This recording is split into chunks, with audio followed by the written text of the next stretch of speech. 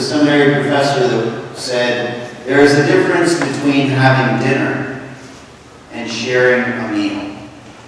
And what he was getting at is, sometimes, especially those of us who came from large families, we go to dinner and we just wolf down as much as we possibly could, and that was dinner. It was a physical act, took care of our hunger. But to share a meal took time.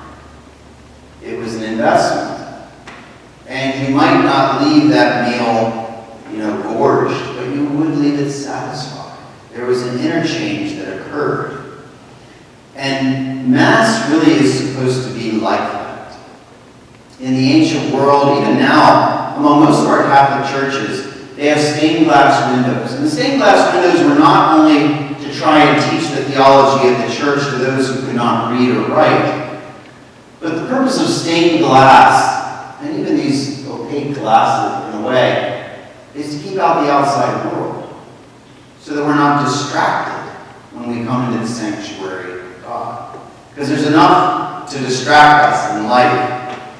And so, amidst all the things that we must do, whether it's classes, or whether it's projects, or whether it's meetings, or whether it's a job, or appointments, or family responsibilities, hopefully the one time that we do not have to worry about those things is when we come to Mass. And I know sometimes it's hard to unwind the mind, because especially if we have something happen right before Mass, or we're on the way to Mass and the kid throws up in the car or something else, or we get hurried or we're late, and we get all worked up. It's hard to calm down. But of all the places that we have to be, that we're graded for, that we receive payment for, or we have to turn in at a deadline, this isn't that. And it should never be that. This should be the one place we can come for about an hour. I don't usually go over an hour. A place we can come for about an hour and not have to think about anything but our relationship with God. Now, for some people, we have ministers, lectors, the choir, people who set up and tear down. They have to think a little more about it. There is some responsibility there. But for everybody else, there should be nothing. Really nothing. There's no deadline here. There's no test that you're going to take at the end of this. There's nothing to turn in. It should be totally a moment where we can purge those things in our life that are keeping us from Christ and obtain those things in our life which will help us grow close to Him. So I want to try to give you a little experience of this today, and it's hard because of the way that the church is oriented and everything else. But I want to take you through a little meditation, and it's a parable. It's a parable that I created to try to teach a lesson. Now, I am going to ask you to close your eyes, but if you're uncomfortable doing that, find a place in this sanctuary that is not going to move, and focus on that place, and begin to relax. So you either close your eyes, and even though you close your eyes, you can still see your eyelids more or less. Light does pass through them. They're almost like the stained glass of the mind, so to speak. So I want you to look at your eyelids from the inside. There's nothing exciting there, nothing distracting. Or find a place in this chapel that you can look and focus. And just breathe. And slow down. Let go. The tension. Let go. The stresses. All those things that are balled up inside us. Just kind of let it unwind. And relax. And as you're looking at the inside, and you see that soft light coming through where you're focusing, just try to allow your mind to become blank. All the things that are trying to be on the surface of your mind, allow it to become blank and soft. And just relax yourself.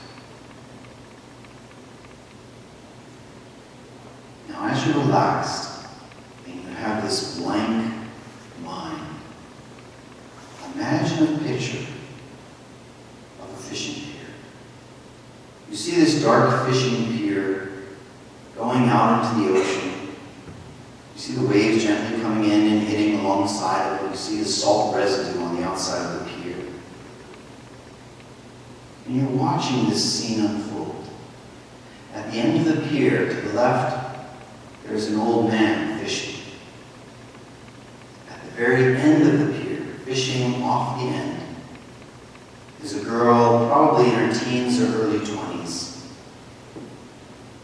You see her. And off to the right of the pier, you see a young toddler, maybe 4 or 5 years old. And he is facing out off the right pier, and he is fishing. You see this whole picture. There they are, peacefully fishing on the end of this pier. Now, a fourth person enters the picture now. A man slowly walking out toward the end of the pier. And he walks directly over to the old man, and the old man turns. You can almost see the anticipation on his face. Almost as if he's been waiting for this visitor for some time. And he's smiling. And although you can't hear what they're saying, you know that this visitor has asked the old man a question. Because his smile fades, and then he moves his head from left to right as though he is saying no. And as his countenance drops, he turns around and continues to go fishing. As you're relaxed and you see this picture unfold, you see that that fourth visitor is now walking to the girl. And as he walks over to this teenage girl, or in her 20s, she turns around and she smiles, almost giddy with joy, almost wanting to embrace him, but not quite sure. And she's smiling. And again, he asks something, and although you can't hear what he says, you know it is a question. Because very slowly, her smile fades.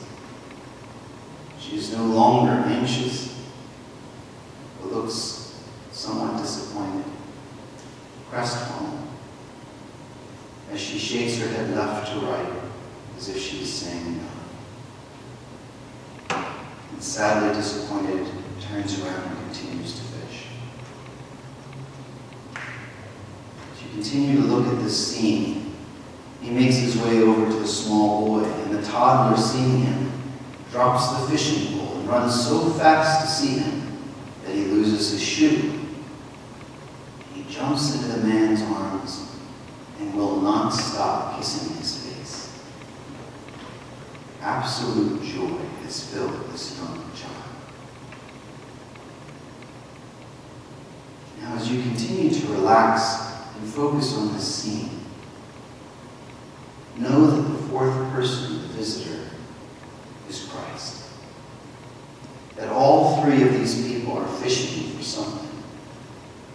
And as Christ approaches the old man, he asks the same question he does of many followers throughout his time here. Will you follow me?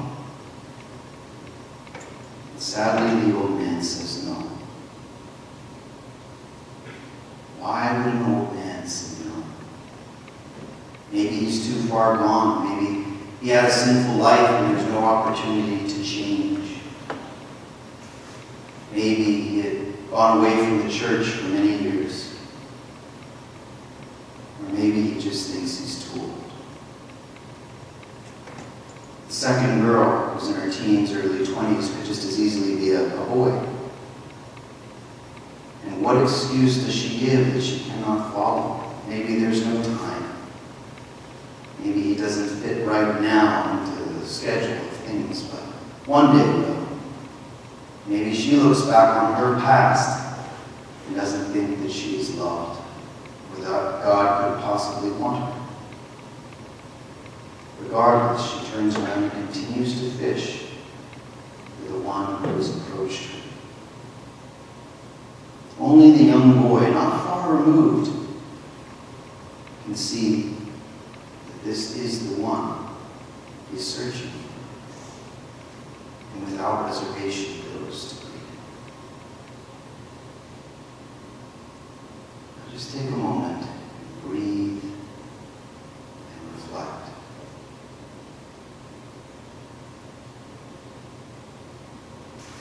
Jesus says, I came not to be served, but to serve and give my life as a ransom for the many. It's a love that we cannot buy. That word lutron means a ransom given for someone who is condemned to die. We have been given that gift from Christ. He asks of us the same question: will you follow me? He doesn't want it to be something that we're checked on, something that we have to do. He wants it to be a love affair with the divine. He wants it to be a place where we can safely be with him, to know his love,